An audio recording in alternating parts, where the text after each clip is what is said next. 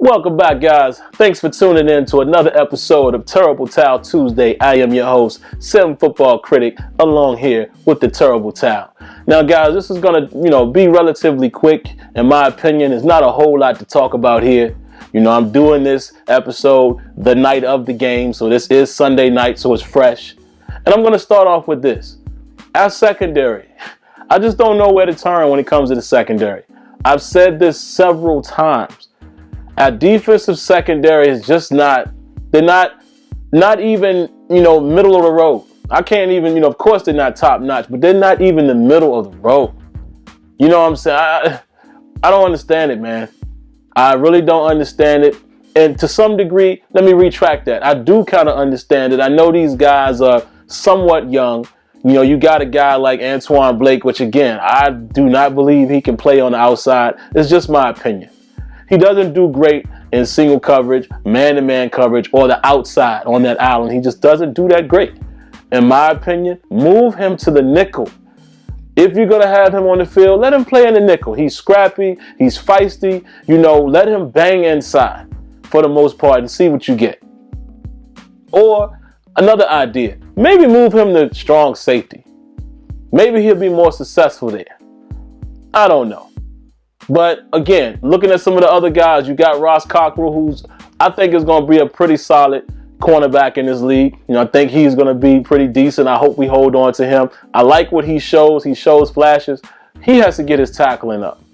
He has to get his tackle game together. He's an arm tackler, so to speak. So he gives up some big plays. Then you got Will Gay, and we know what we're going to get from William Gay. Now, a lot of times, William Gay this year has been playing nickel.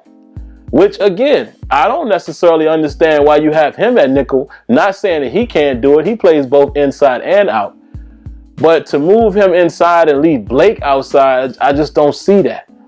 I would rather in those scenarios move Blake inside and let William Gay play the nickel. Once again, I'm not the coach.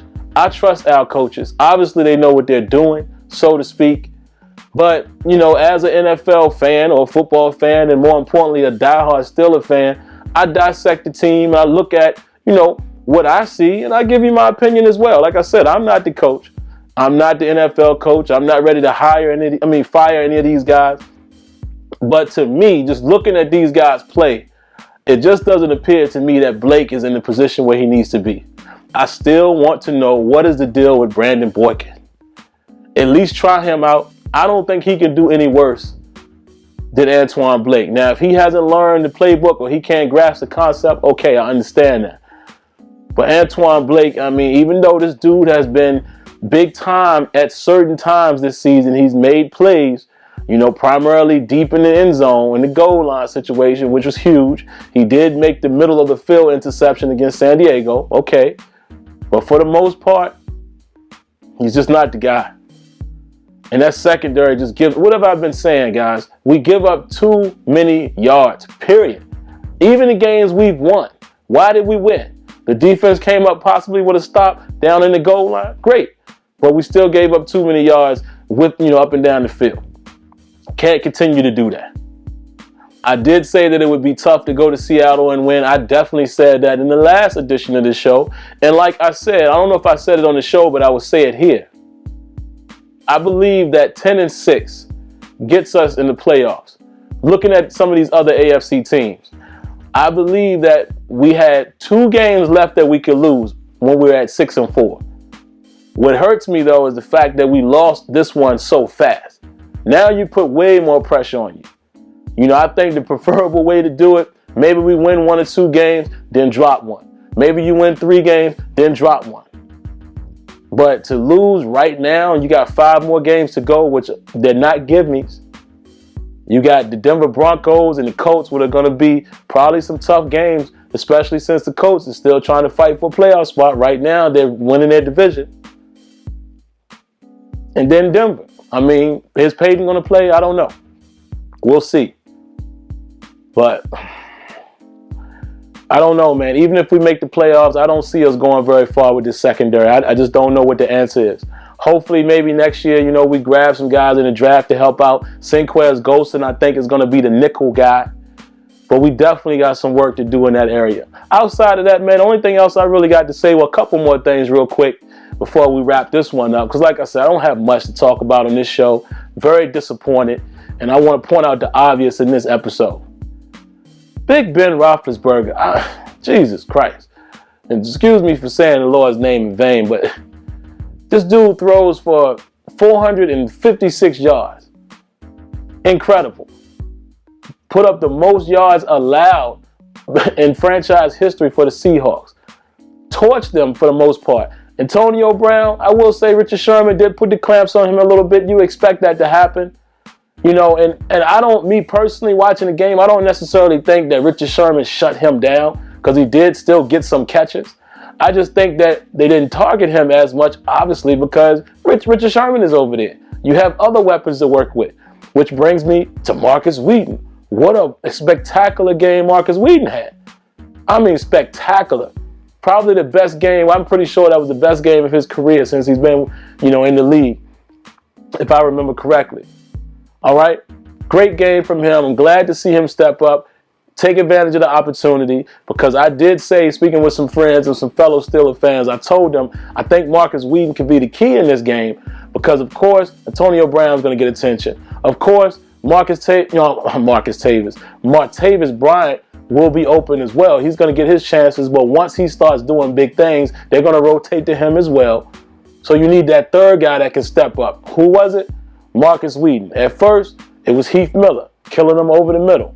Heath Miller made some good catches in the game. Jesse James made a couple catches. We had our opportunities, but by and large, man, it was Marcus Wheaton and Big Ben Roethlisberger that did their thing. And it sucks to see them have a game like that, excuse me, and still lose the game because of that secondary. We didn't get stops when we needed them. You understand what I'm saying? That's the difference. You know, and I was just telling a buddy of mine, if we could be at least a top 10 defense against the pass, we would be lethal. Because that would mean that we are capable of making stops when necessary. Now, don't get me wrong. When we've gotten off the field, it's been because of pressure, or us chasing Russell Wilson, or what Russell Wilson being under pressure and throwing the ball low or what have you, and his receiver can't make the play. But it really wasn't any situations where we broke up a pass. You understand what I'm saying? The secondary is just not showing up. It is what it is. It's very frustrating to see. But like I said, man, I'm going to keep riding. I'm black and gold to the end. I'm going to believe that we're still going to find a way to get in the playoffs. But even if we get there, it's not looking great for us to go very far. Like I said, we might not even get to the playoffs now with having this loss so early, sitting at 6-5. The last thing I would say is Martavis Bryant. As much as I love this kid, man, this kid needs to catch the ball more. There were a couple passes and, you know, catches that were capable of being made, and he dropped them. I mean, I can recall 3 right off the bat. You got to come down with these catches. Some of them were tough, yes. But some of them, come on. That separates you from being average to elite. Top-notch receivers make those catches. Look at Odell Beckham, what he did today. That outstanding catch he made in the end zone. And Martavis Bryant showed us that he's capable of doing it. You know, in the last game that we played, the catch he makes with his fingertips. Of course, he did fumble it because he didn't secure it. But at the end of the day, he made that wonderful catch against Cleveland. But he needs to catch the ball more. I mean, it's funny, man, because you just looked at that on SteelersLive.com, you know, Friday when they did the recap or the preview, I guess you would say, for the Steelers in Seattle. And they were just talking about, man, how, you know, Coach Mann is saying, you know, there's still some balls left out there by Martavis Bryant. He's going to have to get that corrected. He needs to step up and start catching these balls more because some of them are hitting you right in the hand. One of them, he was wide open by himself and he drops it. We can't have that. We cannot have that. But that's about it, man. Looking forward to, you know, next week. We got the Indianapolis Colts. Like I said, they're going to be pumped up. They want to keep their position where they are in the playoffs and leading their division. It's going to be a tough game, man. You know, I'm pretty sure, if I'm not mistaken, Andrew Luck will probably still be out. So we got Hasselbeck that we got to deal with. You know, old veteran guy. I think maybe we can get to him with the pressure. But again, it's going to come down to the secondary, because I'm willing to say this right now. I don't think there's a defense in the league that can shut us out. I don't think it's going to happen.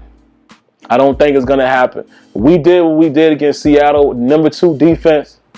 Come on, man. We should be able to at least average 300 yards a game. I know that's a lot, and I know NFL is week to week. But I'm just saying, we have proven that our offense can get going when they want to. It's been the defense. And I'm excluding the front 7.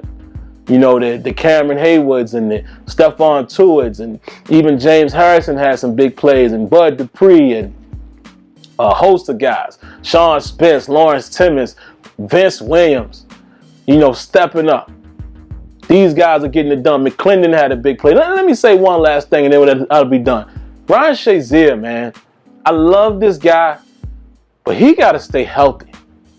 I know you can't control concussions, but come on.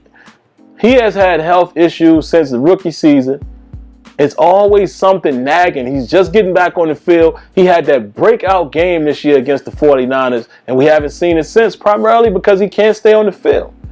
And you get guys like Vince Williams and Sean Spence that play their butts off. I love the way they play. So I hate to say this. I'm not ready to say get rid of him or nothing like that. But we got some evaluating to do, man, you know, in that spot. You know, obviously the coaches feel the same way I do as far as his potential and what he brings to the defense when he's out there. But, you know, we might have to start rotating Vince Williams and Sean Spence in a little more, because Shazier's durability is just definitely has been challenged. So, all right, guys, I'll close with this. I don't know what's going to happen from here on out. I'm going to keep rooting for us. I think we still got a chance. We definitely can't lose, but maybe one more game, if that. We'll see, but we better do something in this secondary and get it together if we think we got any chance of making any type of run. That's just keeping it real. You know, I didn't have a huge expectations coming into this year because of the schedule and because of the rebuilding.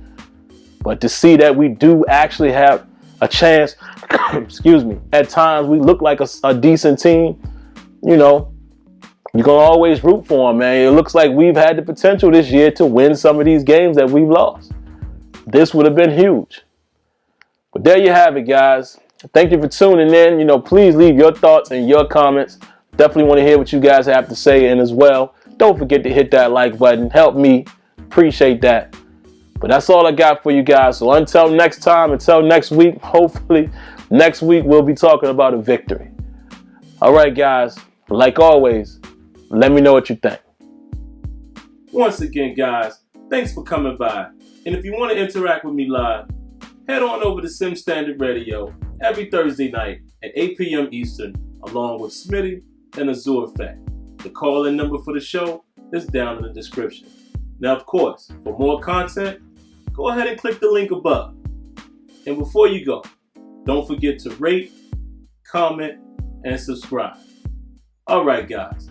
Until next time, lights out.